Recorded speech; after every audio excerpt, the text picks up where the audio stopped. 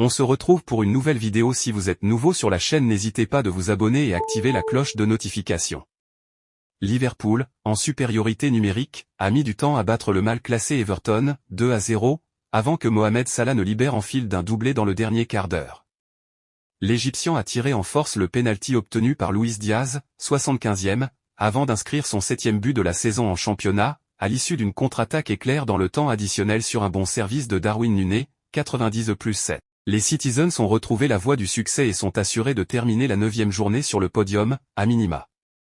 Ils sont premiers avec un point d'avance sur un trio comprenant Liverpool, vainqueur d'Everton, 2-0, plus tôt, Arsenal qui affronte Chelsea samedi soir, et Tottenham qui reçoit Fulham lundi. L'équipe de Pep Guardiola a pris le dessus sur Brighton en première période avec des buts de Julian Alvarez, 7e, et de Erling Haaland, 19e, le 9e en 9 matchs pour l'attaquant norvégien. Les visiteurs, rapidement privés de Danny Welbeck sur blessure, ont donné des sueurs froides à Manchester City avec la réduction du score d'Ansu Fati à la 73e. Malgré les frissons, les champions d'Angleterre et d'Europe en titre ont retrouvé l'élan perdu en championnat avec 2 défaites successives contre Wolverhampton et Arsenal, une première depuis 2018.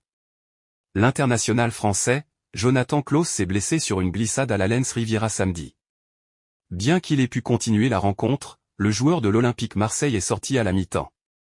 Titulaire contre les Pays-Bas, puis l'Écosse avec l'équipe de France. Le milieu de terrain Jonathan Klaus est sorti sur blessure pour son retour en Ligue 1 samedi, sur la pelouse de l'OGC Nice.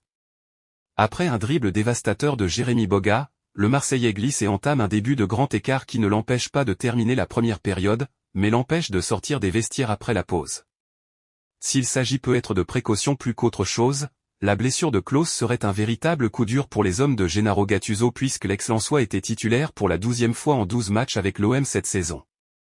Jeudi prochain, les Phocéens accueillent l'AEK Athènes au stade Vélodrome pour un match capital dans la course à la qualification après avoir été tenu en échec par l'Ajax Amsterdam puis Brighton.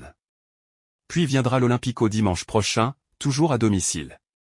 Pensez qu'Antoine Griezmann et l'Atlético Madrid n'allaient pas profiter du feu pas du Real Madrid pour revenir à 3 points du leader merengue, samedi, sur la pelouse du Celta Vigo était une grave erreur. En pleine confiance depuis le début de la saison, le Français s'est offert un triplé et avec la manière au stade Baledo, faisant grimper son total à 7 buts en Liga, 8 toutes compétitions confondues en club. Après un pénalty transformé à la demi-heure de jeu pour mettre les Colchoneros devant au tableau d'affichage, Grisier s'offre un but en solitaire dont lui seul a le secret pour faire le break.